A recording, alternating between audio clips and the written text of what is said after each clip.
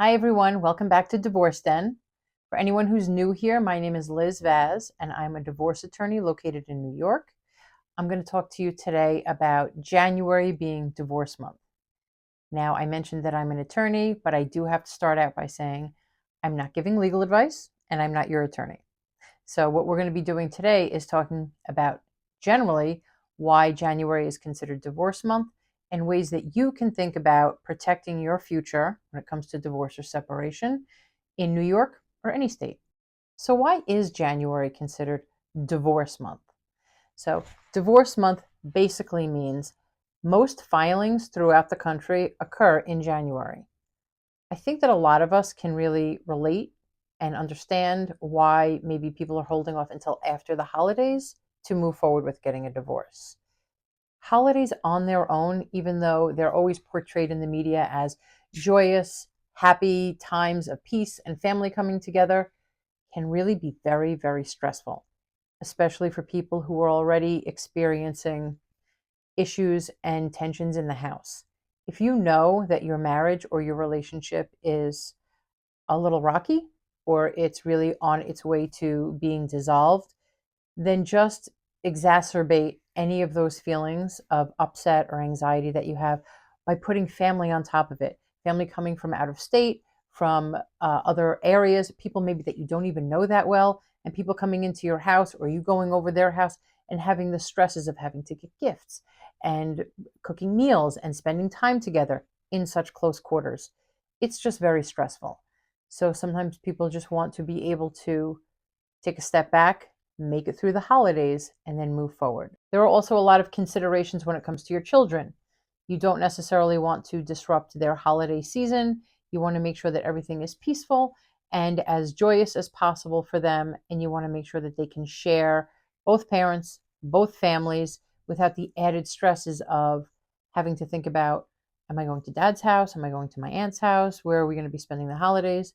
So a lot of times people want it to be that one last Christmas where the whole family is together for the kids. The third reason that it might be considered divorce month in January is that traditionally New Year's is a new start, a new beginning. So if you want to lay some fresh groundwork and hit the ground running in 2025 or the beginning of any year, sometimes moving forward with divorce or separation is really what you need. So you don't have to feel bad about waiting until after the holidays, and you certainly should not feel bad about moving forward with your future in a way that makes you complete.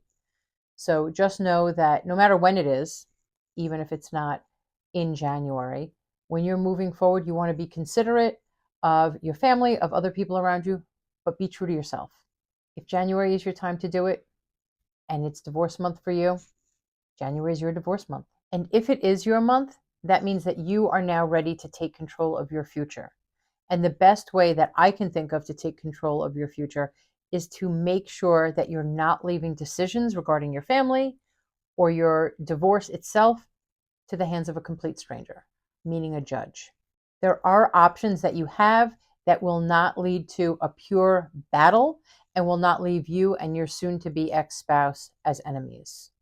One of the big ways that you can ensure that you have a fresh start going forward and that you're not going to be battling with your spouse in 2025 is to consider the collaborative divorce model.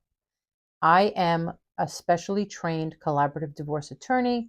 Like I said, I focus my practice area in New York, but the collaborative model is actually all throughout the United States and it is recognized internationally. It is really a holistic way for you and your spouse to each have your own attorneys. So you have legal guidance, you have a support system, and you also have a mental health professional who's there to help facilitate conversations. And you have a financial neutral who can really take a deep dive into the finances.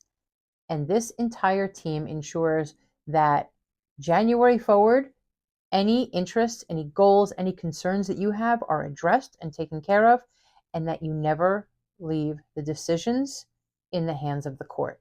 The collaborative model really focuses on respect and transparency and doing what is right for your family. And I'm going to give you a list of reasons why the collaborative model is really a game changer when it comes to getting divorced in New York. Number one, It ensures to preserve your relationships. Especially if you have young children, you want to make sure that you and your spouse are going to maintain at least a cordial relationship, even if it's not super friendly, at least if it's going to be amicable enough where the both of you can have conversations. You can be in the same room. You can attend different events for your children where the two of you aren't going to be battling. If you have kids, whether they're younger or older, remember you are never going to fully be out of each other's lives. So you want to make sure that that relationship as the parents to your children is preserved as much as possible. And the truth is, even if you don't have children, you're still a family, right? You're still an intact family now, and the two of you will be separating. So all of the extended family that you have, all of the holidays that you've had together, all of the relationships that you've built over the years, that's family. That's a loss. You want to make sure that you can preserve all of those relationships in as respectful a manner as possible during the process and after. Number 2, cost effectiveness. Collaborative divorce is not cheap. I'm not going to say that, but I will say it is a much more efficient use of your time and money.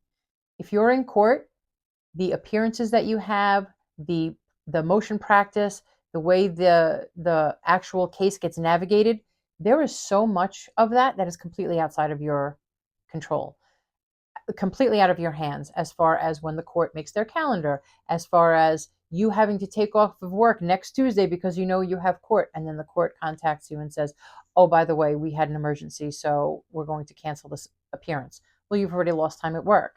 So that's something that's completely outside of your control. And you know what happened during all of that? You were getting charged money because your attorney was still working on it, even though nothing substantive was getting done. So the cost effectiveness and the way that your resources are used in the collaborative model is very, very tight. Your needs, your concerns are always addressed, even your financial ones. Number 3, we create custom solutions for you. When you're in court, there really is pretty much a formula that the court has to go by when it comes to child support, spousal support, equitable distribution of assets or debts, or how it is that they're going to divide a business, a retirement account. The court sees these as another case, which you can't blame them, right? Because they have so many in front of them, but they see it as another case where they can take these moving parts, shift them all around and say, here's a resolution. If you can't come up with a resolution, you're leaving it to me to come up with one, and here it is. In the collaborative model, we can customize an agreement that works for you, your spouse, your family now and into the future. Number 4, this is a completely confidential process.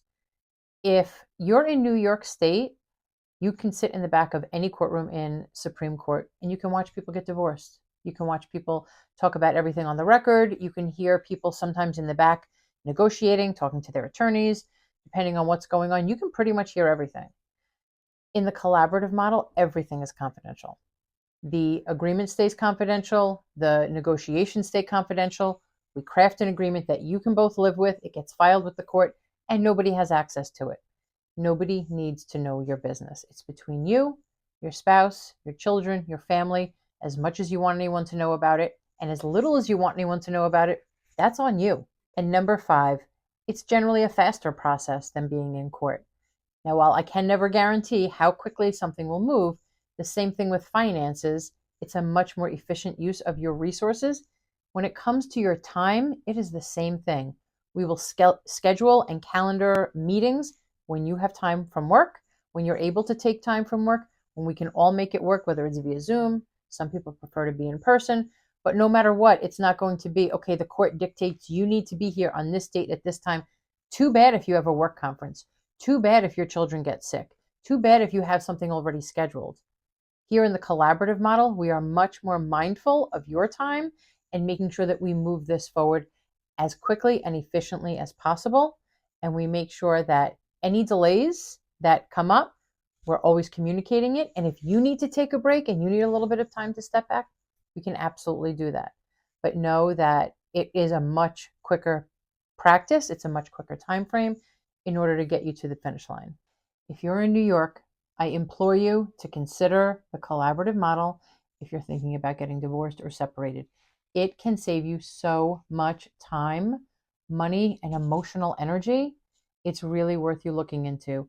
Reach out to a collaborative professional in your area and find out more about this process. And no matter what, going into 2025, whether it's in January, the divorce month, or any time after, make sure that you prioritize your well-being, your family's needs and interests, and move forward in a way that's respectful to your past relationships and your own future. If you know anyone thinking about getting divorced or separated in New York, I implore them to reach out to our firm at Vaz Law or reach out to Divorce Den and ask some questions about the attorneys, the mental health professionals, the financial neutrals, about any of it, how it works, how it is that they can move forward in a peaceful and meaningful way in 2025. And remember, as we move forward in this new year, if you know anyone who's going through divorce or separation, extend some warmness and some kindness to them. This is going to be a very difficult time in their lives. And if it's you going through it, extend some kindness to yourself. It really will be hard, but if you enter into the collaborative model, we are going to be here for you. Make sure that you develop a team around you who is there to support you and guide you and help you this year and into the future. Thank you so much for watching. If you have any thoughts or questions, we'd love to hear from you. So please send us your comments. We would ask that you subscribe and like this video, and please share it with anyone you know that might really benefit from finding a new way forward in January and beyond.